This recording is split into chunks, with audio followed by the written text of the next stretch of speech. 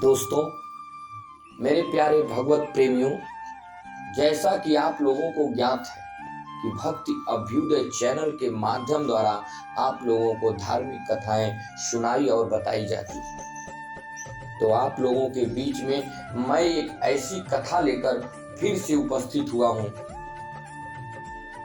आप लोगों का ज्यादा समय ना लेते हुए मैं इस कथा को आगे बढ़ाता हूं। केले के पत्ते के बंटवारे की यह कथा भगवान श्री राम के लिए हनुमान जी की भक्ति का अनुपम उदाहरण है।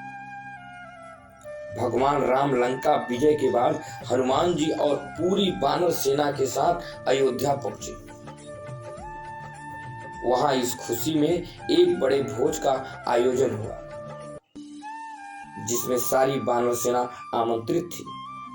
सुग्रीव जी ने वानरों को समझाया, यहाँ हम मेहमान हैं, सबको यहाँ बहुत शिष्टता दिखानी होगी ताकि वानरों को लोग अभद्र ना कहें। वानरों ने अपनी जाति का मान रखने के लिए सतर्क रहने का वचन दिया। एक वानर ने सुझाव दिया, वैसे तो हम शिष्टाचार का पूरा प्रयास करेंगे, लेकिन हमसे कोई चूक न होने पाए, इसके लिए हमें मार्गदर्शन की आवश्यकता होगी। आप किसी को हमारा अगुआ बना दें, जो हमें मार्गदर्शन देता रहे, हम पर नजर रखे और यदि वानर आपस में लड़ने भिड़ने लगे तो उन्हें रोक सके। यह सबको बात अच्छा लगा।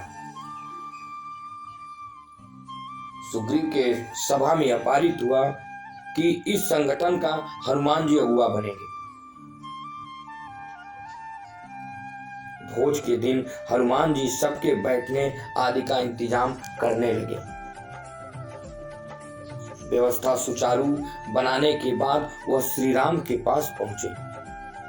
श्री राम ने हनुमान जी को आत्मीयता से कहा, हनुमान जी, आप भी मेरे साथ बैठकर भोजन करें। एक तरफ तो प्रभु की इच्छा थी, दूसरी तरफ यह विचार कि संग भोजन करने से कहीं प्रभु के मान की हानि न हो। हनुमान जी धर्म संकट में पड़ गए। वह अपने प्रभु के बराबर बैठना नहीं चाहते थे। प्रभु के भोजन के उपरांत ही वह प्रसाद ग्रहण करना चाहते थे। इसके अलावा बैठने का कोई स्थान शेष नहीं बचा था और न ही भोजन के लिए थाली के रूप में प्रयुक्त होने वाला केले का पत्ता बचा था, जिसमें भोजन परोसा जाए। प्रभु श्री राम ने हनुमान जी की मन की बात भांप ली। उन्होंने पृथ्वी को आदेश दिया कि वह उनके बगल में हनुमान जी के बैठने पर भूमि बढ़ा दे। प्रभु ने स्थान तो बना दिया, पर एक और केले का पत्ता नहीं बनाया। वो हनुमान जी से बोले, आप मुझे पुत्र समान प्रिय हैं, आप मेरी ही थाली, अन्यथा केले के पत्ते पर भोजन करें। इस पर श्री हनुमान जी बोले, प्रभु, मेरे करुणा निधान, मुझे कभी भी आपके बराबर होने की अभिलाषा नहीं रही। जो सुख सेवक बनकर मिलता है वह बराबरी में नहीं मिलेगा, इसलिए आपकी थाल में खा ही नहीं सकता। श्री राम ने समस्त अयोध्या वासियों के समक्ष वानर जाति का सम्मान बढ़ाने के लिए कहा, हनुमान मेरे हृदय में बसते हैं। हनुमान की आराधना का अर्थ है स्वयं मेरी आराधना।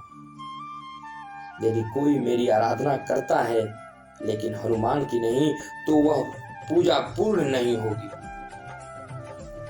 फिर श्री राम ने अपने दाहिने हाथ की मध्यमा अंगुली से केले के पत्ते के बीचों बीच एक रेखा खींच दी, जिससे वह पत्ता जुड़ा भी रहा और उसके दो भाग भी हो गए।